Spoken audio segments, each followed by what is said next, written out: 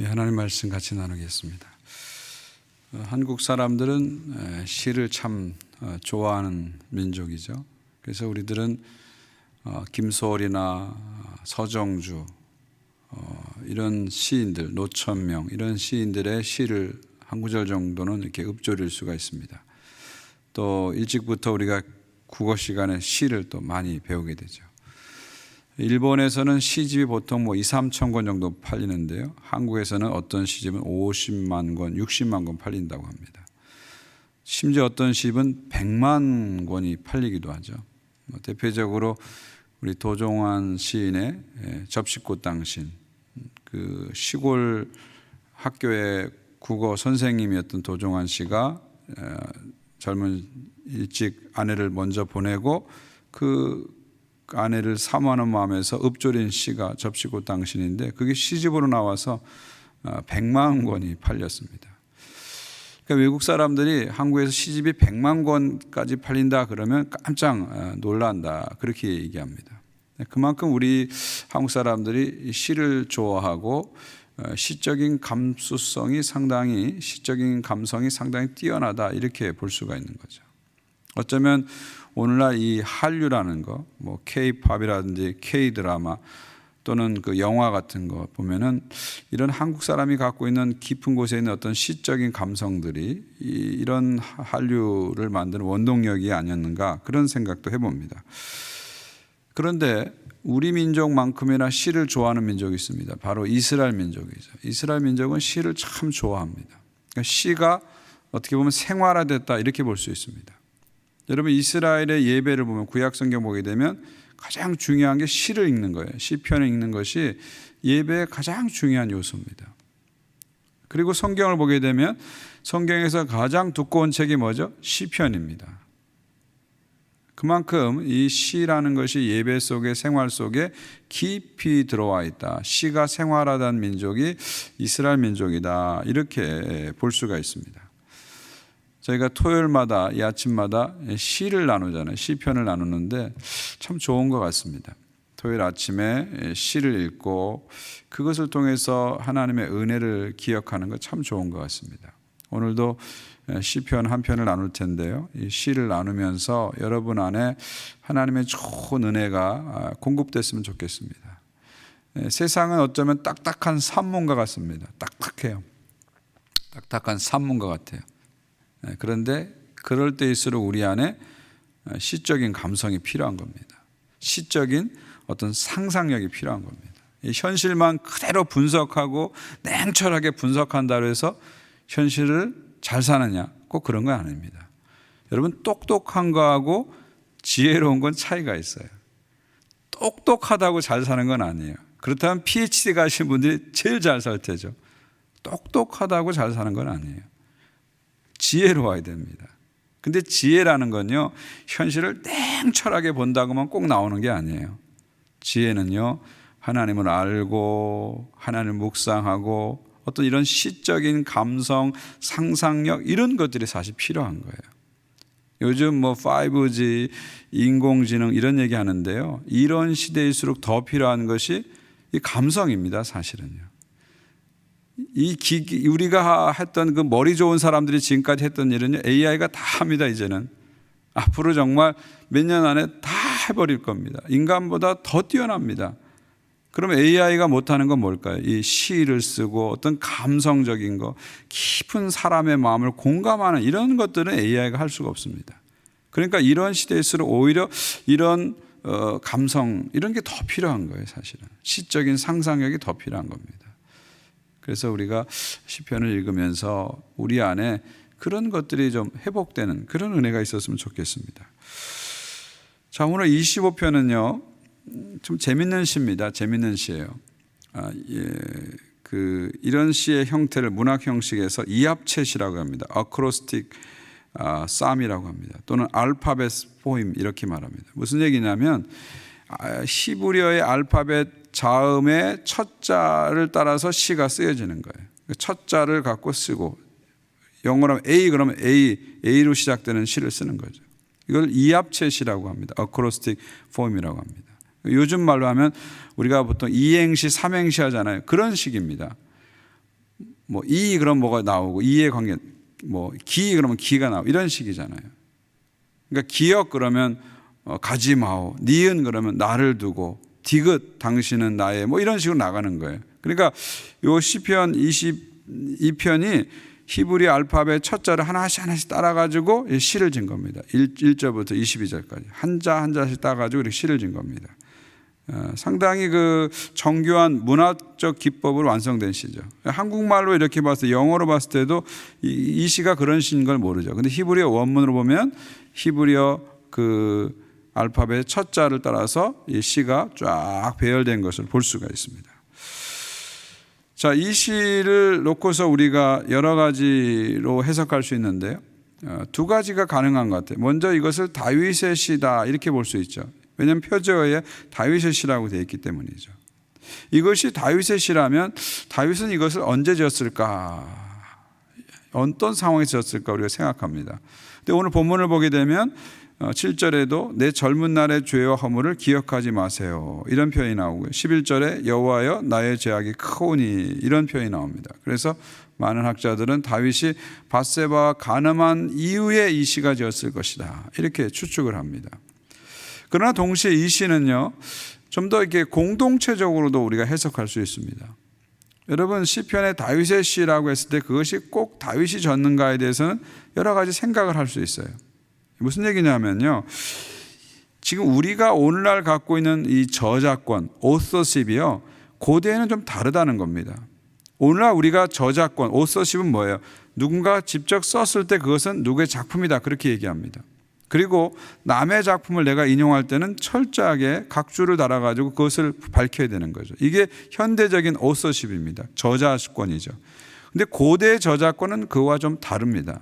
고대 시대에는 그 사람이 직접 쓰지 않았다 하더라도 권위자의 이름을 빌어서 그의 작품이라고 말하는 경우가 상당히 많습니다. 그런 경우가 의외로 많아요. 동양에도 많이 있고요, 서양에도 많이 있습니다. 그러니까 다윗의 시 했을 때 이것이 다윗이 직접 썼다 이렇게 볼 수도 있고요, 다윗의 그 영성과 시심을 빌어서 공동체적인 작품으로 나왔다 이렇게 볼 수도 있습니다. 두 가지가 다 가능한 겁니다. 성경이라는 것이 그냥 누가 책상에 앉아서 이렇게 쓴 책이 아니지 않습니까? 성경이라는 게 먼저 구전이 일어납니다. 오럴 트래디션이라고 하는데, 구전을 통해서 입에서 입으로 공동체로 오랫동안 전달되고 이게 축적되는 거예요. 그렇다가 시간이 한참 지난 다음에 리튼 트래디션, 그 다음에 기술 전승이 그 다음에 나오는 거예요. 이 두 가지 과정을 같이 거치는 겁니다. 그러니까 성경이 한 사람이 책상에서 썼다 이렇게 보지 마시고요, 하나의 공동체의 산물이라고 볼 수 있는 겁니다. 다시 말하면 하나님의 성령이 공동체에 임해서 그 공동체가 그것을 읽고 낭송하고 쓰고 하는 여러 가지 과정을 거쳐서 오늘날 우리에게 전달된 거죠. 그러니까 성경의 권위는 하나님의 영감 속에 있는 거죠. 영감 속에 있는 거죠. 그래서 학자들은 오늘 25편 같은 경우를 이것은 포로기 이후에 써졌을 가능성이 높다 그렇게 보는 거예요. 그랬을 때 젊은 날의 죄는 무엇을 말하냐면 포로 이전에 행했던 이스라엘의 죄악들을 말하는 것이다. 그게 뭐죠? 우상숭배죠. 그래서 그런 우상숭배를 저질러서 포로기를 당한 우리 민족을 회복시켜 주십시오. 다시 그 죄를 기억하지 마시고 새롭게 해 주십시오. 그런 마음으로 쓰여진 시가 25편이다 그렇게 말을 합니다. 그러니까 두 가지가 사실은 다 해석이 가능한 겁니다. 저는 오늘 25편을 읽으면서 특별히 그 수치심이라는 단어를 많이 생각하게 됐어요. 수치심. 특히 여기 20절을 보게 되면 주께 피하오니 나를 부끄럽지 않게 해주십시오. 나에게서 수치가 떠나게 해주십시오. 그런 표현이 나옵니다. 내가 주께 피하오니 수치를 당하지 않게 하옵소서. 그래서 오늘 굳이 제목을 붙인다면, 오늘 설교 제목을 붙인다면 수치를 당하지 않게 하옵소서 이렇게 붙이고 싶습니다. 이 수치란 말이 여러 번 나옵니다. 오늘 시편에 여기 2절 3절 봐도요, 나를 부끄러워지 않게 하시고, 또 3절에 봐도 수치를 당하지 않게 하시고 수치를 당하리이다. 이 부끄러워하다는 단어가 2절 3절에도 두 번 나오죠. 그 다음 20절에도 내가 주께 피하오니 수치를 당하지 않게 하소서. 이 수치심에 대한 얘기가 많이 나옵니다. 이 수치심이라는 거, 영어로 shame이라고 그러잖아요. 이거 부끄러운 감정입니다. 그럼 이 shame이라는 거, 수치스러운 감정은 어디서 올까요? 크게 세 가지에서 온다고 합니다. 첫 번째는 죄책감에서 오는 거죠. 내가 뭔가 잘못했을 때 수치심을 느끼는 거예요. 그것이 첫 번째 상황입니다. 두 번째는요, 어떤 결점을 가졌을 때 수치심을 느낍니다. 자신이 잘못한 일은 아니지만 자신의 결점과 무능력이 드러나면 사람은 수치심을 느낍니다. 예를 들면 내가 사람들 앞에서 노래를 했는데 잘 못했어요. 그러면 shame, 수치심을 느끼게 되는 거죠. 또 세 번째는 부적절함입니다. 적절하지 못했을 때 우리는 수치심을 느낍니다. 예를 들면 어떤 모임에 갔는데 그 모임이 다 정장을 하고 오는 모임이었어요. 근데 내가 그걸 알지 못하고 캐주얼하게 입고 갔어요. 그러면 그 사이에서 그 가운데서 나는 수치심을 느끼게 되는 거죠. 그러니까 수치심이라는 것은 죄책감, 결점, 부적절함이 일으켜내는 고통스러운 감정, 이것이 수치심이다. 그렇게 볼 수 있죠. 그런데 서양 사람들은 일본에서 수치심을 많이 느낍니다. 죄책감, 뭔가 잘못했을 때 수치심을 느끼는 이 죄책감에서 수치심을 많이 느낍니다. 근데 동양 사람들은 오히려 2번, 3번 결점이나 또는 부적절함에서 수치심을 느끼죠. 어떻게 보면 2번, 3번은 내가 정말 수치심을 느끼지 않아도 되는 상황인데도 수치심을 느끼는 거죠. 내가 노래를 못하는 게 그렇게 수치스러운 건 아니잖아요. 또 내가 몰라가지고 옷을 잘못 입고 간 게 그렇게 수치스러운 상황은 아닌데 이 두 번째, 세 번째에서 우리는 더 많은 수치심을 느낍니다. 특히 한국 사람들은 그런 부분에서 수치심을 더 많이 느끼죠. 그래서 키가 좀 작아도 수치심을 느끼고요. 몸이 좀 뚱뚱해도 수치심을 느끼고요. 가난해도 수치심을 느끼고요. 그러니까 수치심이 느끼지 않아도 되는 상황, 내 잘못이 아님에도 불구하고 이 수치심을 느끼는 그런 경우가 많이 있습니다. 그러니까 수치심이라는 건 크게 보면 두 가지라고 볼 수 있죠. 내가 마땅히 느껴야 될 정당한 수치심이 있습니다. 내가 뭔가 잘못했어요? 그럼 당연히 수치심을 느껴야 되죠. 그러나 내가 잘못하지 않았는데도 내 잘못이 아닌데도 불구하고 수치심을 느끼는 경우가 있죠. 이것은 정당하지 못한 수치심이다. 그렇게 볼 수가 있습니다. 그래서 존 파이퍼 목사님은 이것을 이렇게 구분하더라고요. 잘못된 수치심은 misplaced shame이다. 위치가 잘못 놓여진 수치라는 거예요. misplaced shame 이렇게 보고요. 정당한 수치심은 well placed shame이다. 제대로 놓아진 수치심이다. 그런 얘기죠. 그러면 무엇이 정당한 수치심입니까? 내가 어떤 잘못을 했는데 거기서 느끼는 그 죄책감, 이건 정당한 거죠. 오히려 이것을 느끼지 못하는 것이 잘못된 것이죠. 여기 오늘 25편에서도 7절에 내 젊었을 때 죄와 허물을 기억하지 마소서. 내가 젊었을 때 죄를 졌어요. 거기서 수치심을 느끼는 거 당연하다는 겁니다. 11절에도 여호와의 나의 죄악이 중대하오니 크오니 내 죄가 큽니다. 거기서 수치심을 느끼는 거 정당하다는 것이에요. 이런 정당한 수치심을 우리가 느껴야 됩니다. 어쩌면 오늘 이 시대는요, 그런 정당한 수치심을 느끼지 못하는 것이 문제죠. 죄에 대해서 공감 능력이 결여되고 극단적인 자기 중심성을 보이는 것, 이 시대의 문제입니다. 그래서 이 시대를 가리켜서 shameless generation이다. 부끄러움을 모르는 세대다. shameless generation, 이런 말을 쓰는 거죠. 이런 shameless generation에 공헌한 사람이 누구냐면 트럼프 대통령이죠. 저는 트럼프 대통령을 그렇게 좋아하지는 않지만 또 그렇다고 그분이 다 잘못한다고 생각하진 않아요. 그분이 하는 정책 중에 좋은 것도 있어요. 근데 한 가지 문제는 뭐냐면 이 트럼프 대통령을 어떤 학자는 그렇게 표현하다고 shameless 페르소나를 가졌다. 부끄러움을 모르는 그런 성격을 가졌다는 거죠. 근데 미국 대통령이라는 위치가 어떤 위치입니까? 세계의 가장 탑 리더 아닙니까? 롤 모델 아니에요, 일종의. 그런데 그 이전에 이런 장르의 대통령이 없었어요. 이런 스타일의 대통령이 없었죠. 그냥 거침없이 자기가 잘못해도 부끄러운 짓을 해도 그냥 팍팍팍 치고 나가는 그런 스타일이죠. 물론 정치가들이 다 그렇죠. 거짓말을 밥 먹듯이 하고 부끄러움을 모르는 게 정치가들이죠. 그런데 트럼프 대통령은 그 이전에 우리가 만난 미국 대통령과 전혀 다른 장르의 대통령 우리가 만나고 있어요. 그런 면에서는 이 shameless generation, 부끄러움을 모르는 세대 가운데 이런 것들을 더욱 강화시키고 확대시키는데 트럼프 대통령이 공헌했다고 볼 수 있는 거죠. 그런 부분은 저는 늘 뉴스를 보면서 아쉬워요. 저분이 그냥 사람이 아닌데 세계 탑 리더인데 어떻게 저렇게 말을 할까? 어떻게 저렇게 행동할까? 그것이 자라나는 세대들이나 이 세대 사람들이 보면서 알게 모르게 이게 욕하면서 배우는 거거든요. 욕하면서 따라하게 되거든요. 그래서 그런 부분에서는 늘 뉴스를 볼 때마다 아쉬움을 갖게 됩니다.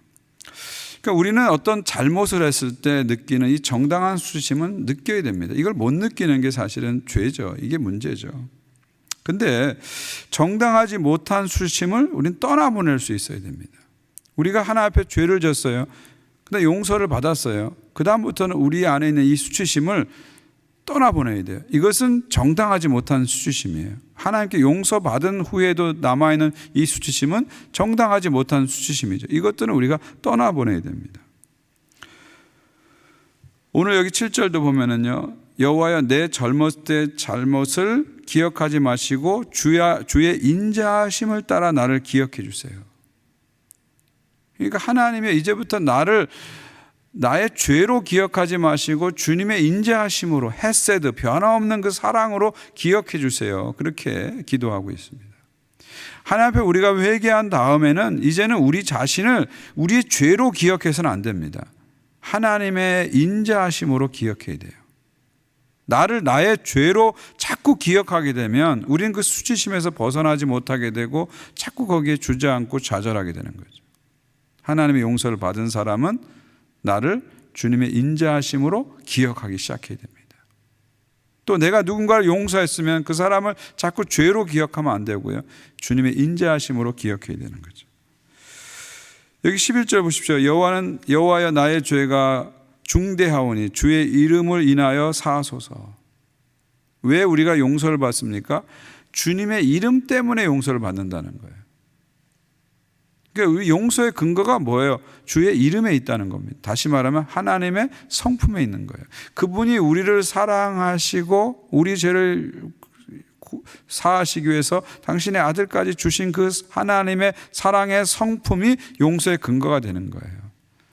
물론 우리가 회개할 때 용서받죠. 그러나 우리의 회개가 용서의 결정적인 근거는 아니라는 거예요. 사실은 우리는 회개해도요, 또 넘어지고 또 죄를 짓고 얼마나 우리가 변덕이 심합니까? 오늘은 정말 열정에 충만했다가도 내일은 그냥 바람 빠진 풍수처럼 푹 꺼지는 경우가 얼마나 많습니까? 오늘은 정말 하나님께 우리 자신을 다 드릴 것처럼 헌신하다가도요, 내일 되면 정말 깊은 침체에 빠지는 게 얼마나 많습니까?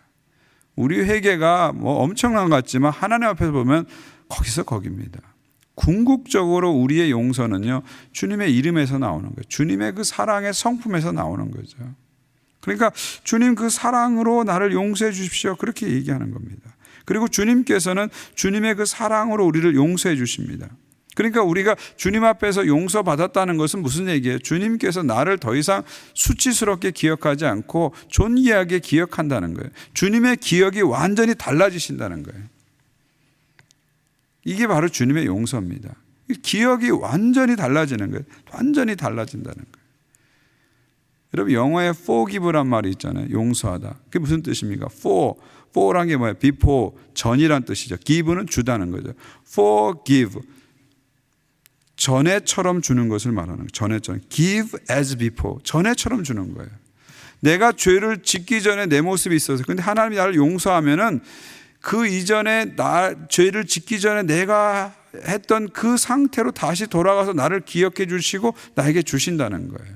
그러니까 하나님은 용서하신 다음에 기억법을 완전히 바꾸시는, 기억 자체를 바꾸시는 거예요. 완전히 나를 수용하시고 용서하시는 것이 하나님의 용서입니다. 그러니까 우리가 하나 앞에서 용서받은 다음에는 이 정당하지 못한 수치심을 자꾸 떠나보내야 돼요. 그래서 우리의 기억법이 바뀌어져야 돼요. 하나 앞에서 하나님의 인자하심으로 나를 자꾸 봐야 됩니다. 근데 마귀는 자꾸 우리를 과거의 기억 속에 자꾸 머물게 만들어요. 자꾸 과거의 수치를 자꾸 집어넣어서 우리를 좌절하게 만들고 주저앉게 만듭니다. 그러니까 정당하지 못한 수치심을 우리는 자꾸 버려야 됩니다. 근본적으로 우리 안에 있는 수치심을 떠나보내기 위해서는 어떻게 해야 될까요? 마지막 20절 보십시오. 내 영혼을 지켜 나를 구원하소서. 내가 죽기에 피하오니 수치를 당하지 않게 하소서. 그러니까 주님 안으로 우리가 들어갈 때 수치를 당하지 않게 되는 거죠. 그러니까 세상은 어쩌면 우리들에게 계속 수치심을 유발해요. 어떻게 보면 오늘 이 시대는 수치심을 권하는 사회다 이렇게 볼 수 있어요. 자꾸 수치심을 불러일으켜요, 우리들한테. 저는 어떻게 보면 광고 같은 거 이렇게 보면서 저 광고들이 우리에게 수치심을 불러일으킨다 그런 생각이 들어요. 너 이런 차 없지? 너 그거 부끄럽게 생각해야 돼. 왜 이런 차도 없어? 어떤 그런 느낌을 우리에게 주는 겁니다. 너 이런 집에서 못 살고 있지? 너 수치스럽게 생각해야 돼. 왜 이런 집에 못 살아? 그러니까 사람들 안에 있는 이 수치심을 자꾸 자극하는 거예요. 그래서 소비를 촉진시키는 거 어떻게 보면은요. 나는 저거 없이도 지금까지 잘 살았는데 광고를 자꾸 보게 되면 난 저게 없네. 나 저게 없는 게 참 부끄러워. 나 저거 가져야 돼. 이런 마음을 자꾸 불러일으키는 거예요.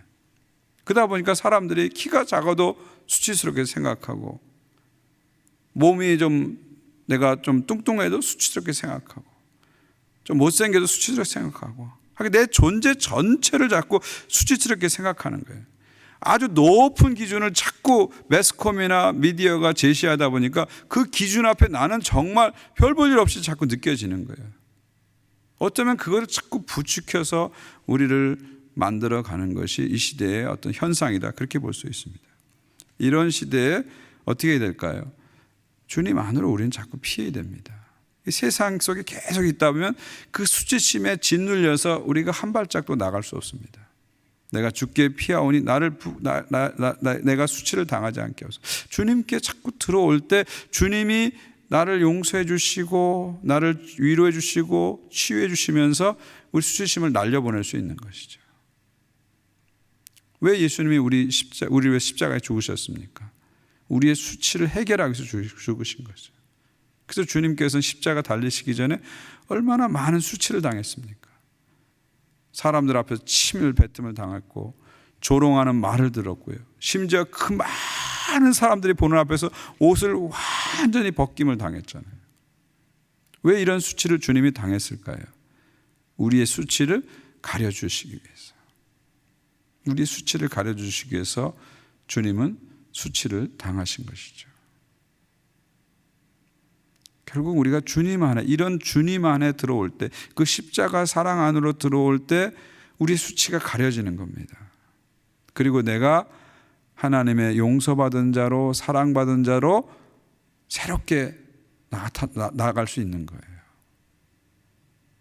저는 과거의 수치가 우리를 짓눌러서는 안 됩니다. 과거의 수치가 자꾸 우리를 짓눌러서 우리가 앞으로 나가는 것을 방해해서는 안 됩니다. 꿈을 꾸고 막 나가야 되는데 과거의 수치가 우리를 막 좌절시켜서는 안 됩니다. 예수 그리스도의 십자가 사랑을 통해서 새로운 기억법을 익혀야 됩니다. 하나님의 인자하심으로 나를 기억하기 시작해야 됩니다. 주님의 이름을 통해서 내 이름이 바뀌고 내 존재가 바뀌는 것을 날마다 우리는 경험해야 됩니다. 주님의 그 보혈의 노션으로 우리의 상처를 자꾸 씻어내야 됩니다. 주님의 은혜의 샤워를 통해서 우리가 자꾸 은혜로 씻어내야 됩니다. 그리고 내가 하나님 앞에서 정말 용서받은 자로, 사랑받은 자로 새롭게 살고 있다는 것을 자꾸 기억해야 됩니다.